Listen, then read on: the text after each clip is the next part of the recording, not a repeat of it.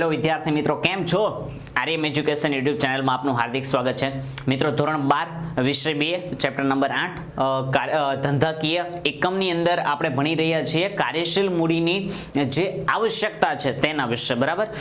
અને આ ચેપ્ટરનો ટોટલ ગુણભારાંક તો કે 8 માર્ક્સનો છે.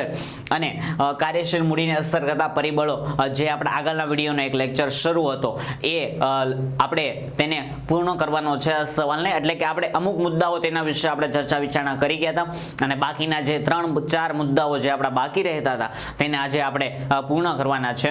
એટલે કે એમાં પહેલો મુદ્દો હતો તો કે ઉત્પાદન ચક્ર, ઉત્પાદનની નીતિ અને માંગનો પ્રકાર, ત્યાર પછી કાચા માલનો સંગ્રહ, કામગીરીની કાર્યક્ષમતા, ત્યારબાદ શાખ નીતિ અને ચાલુ મિલકતોનું રોકાણની અંદર રૂપાંતરણ. તો કે કેટલું ઝડપથી કેટલું સ્પીડે થઈ શકે છે, કેવી રીતે, બરાબર. તેના આધારે પણ શું થતું હતું તો કે ધંધાકીય એકમની અંદર કાર્યશીલ મૂડીની આવશ્યકતા કેવી રીતની રહેશે અથવા તો કેવા પ્રકારે રહેશે અથવા તો કેવી રીતે તેની વ્યવસ્થા કરવી પડશે, આ બધી બાબતો એના ઉપર શું થાય છે તો કે આધાર રાખે છે, ડિપેન્ડેબલ થતી હોય છે. એની એક ટૂંકી ચાવી મિત્રો તમને ખબર જ છે તો કે ઉમા કાકા સારો નફો, બરાબર, ચલ કદ પ્રકાર, આ શું છે તો કે તેની ટૂંકી ચાવી. અને આ ચેપ્ટરનો ટોટલ ગુણ ભારાંક તો કે 8 માર્ક્સનો છે ને 3 માર્ક્સનો એક પ્રશ્ન જે પૂછાય તેની અંદર કદાચ તમને આ પ્રશ્ન આવવાની સંભાવના ઘણા બધા અંશે રહેલી છે. એટલે કે તેની અંદર તમારે 6 મુદ્દાઓ તેના શું કરવાના થાય તો કે ડિસ્ક્રાઇબ કરવાના થાય. માત્ર એવું લખે મિત્રો તો કે કાર્યશીલ મૂડીની અસર કરતા પરિબળો વર્ણવો. ખાલી 2 માર્ક્સની અંદર પૂછાય તો બધા પરિબળો તમારે શું કરવાના થાય તો લખવાના થાય, ને 3 માર્ક્સમાં પૂછાય તો કે 6 મુદ્દાઓ એના શું થાય તો કે તમારે વર્ણવવાના થાય, લખવાના થાય. તો આપણો 7મો મુદ્દો જે છે મિત્રો તેના તરફ આગળ વધીએ તો કે 7મો મુદ્દો છે નફાની ફાળવણી.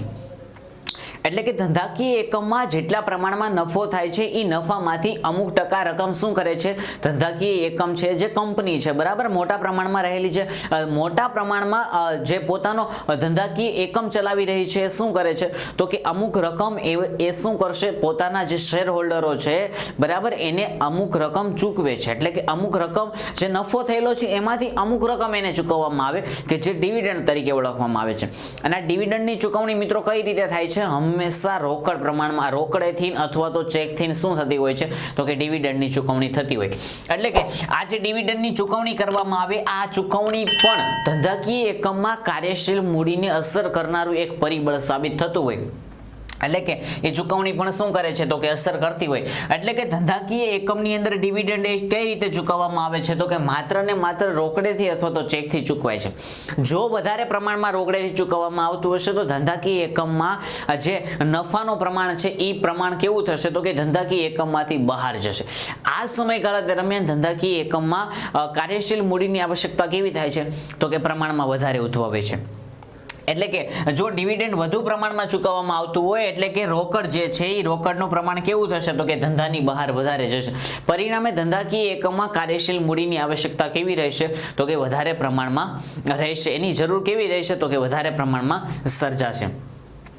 ત્યાર પછીનો 8મો મુદ્દો છે મિત્રો તો કે સ્ટોક ચલન દર, બરાબર, સ્ટોક ચલન દર કે જે એના કારણે પણ ધંધાકીય એકમની જે કાર્યશીલ મૂડી છે એને અસર કરનારું શું થાય છે તો કે પરિબળ સાબિત થતું હોય છે.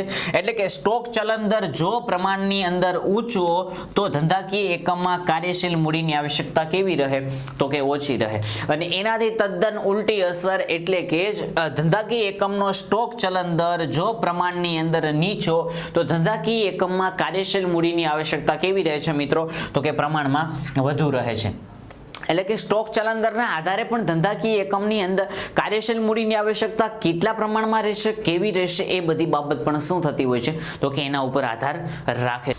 9મો મુદ્દો છે મિત્રો તો કે ધંધાનું કદ. એટલે કે ધંધાકીય એકમમાં ધંધાનું કદ, એ ધંધાના કદના આધારે પણ ધંધાકીય એકમની અંદર કાર્યશીલ મૂડીનું પ્રમાણ કેવું રહે છે તે આખી બાબત શું કરે છે તો કે તેના ઉપર આધારિત છે.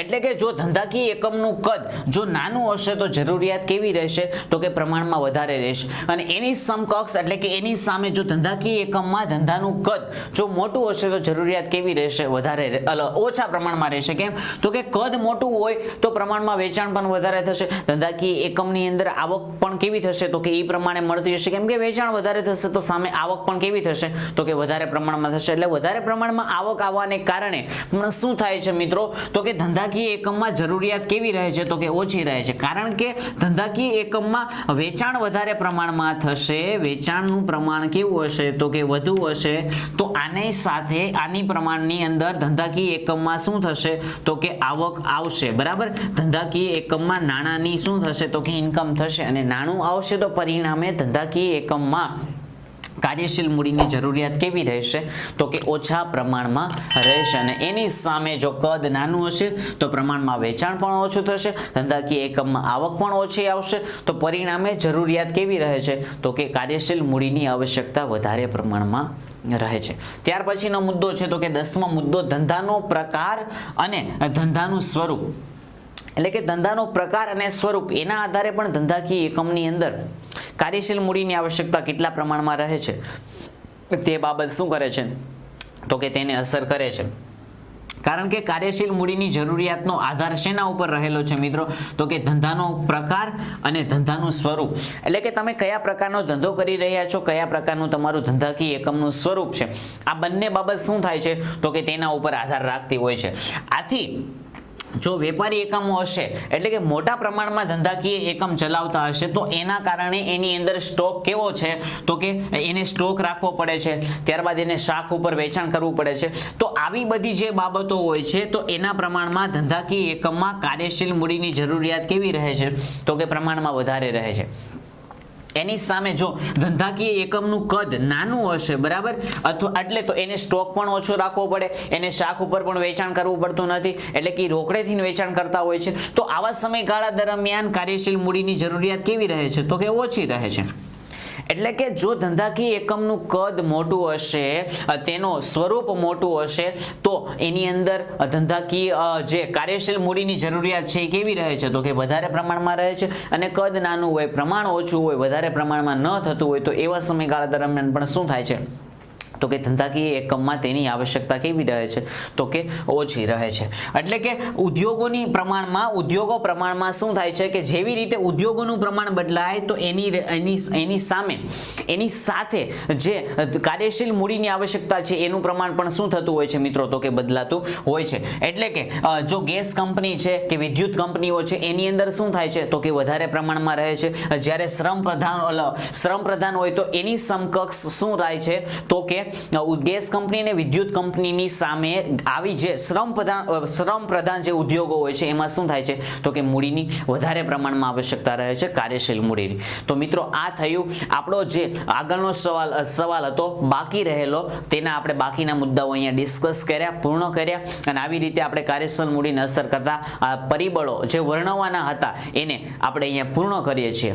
મળીએ મિત્રો હવે નવા વિડીયોમાં, નવા ચેપ્ટર સાથે, નવા સવાલ સાથે, નવા વિડીયોમાં. ત્યાં સુધી જોતા રહો, જોડાયેલા રહો અને સંકળાયેલા રહો એકમાત્ર આપણી YouTube ચેનલ આર્યમ એજ્યુકેશન.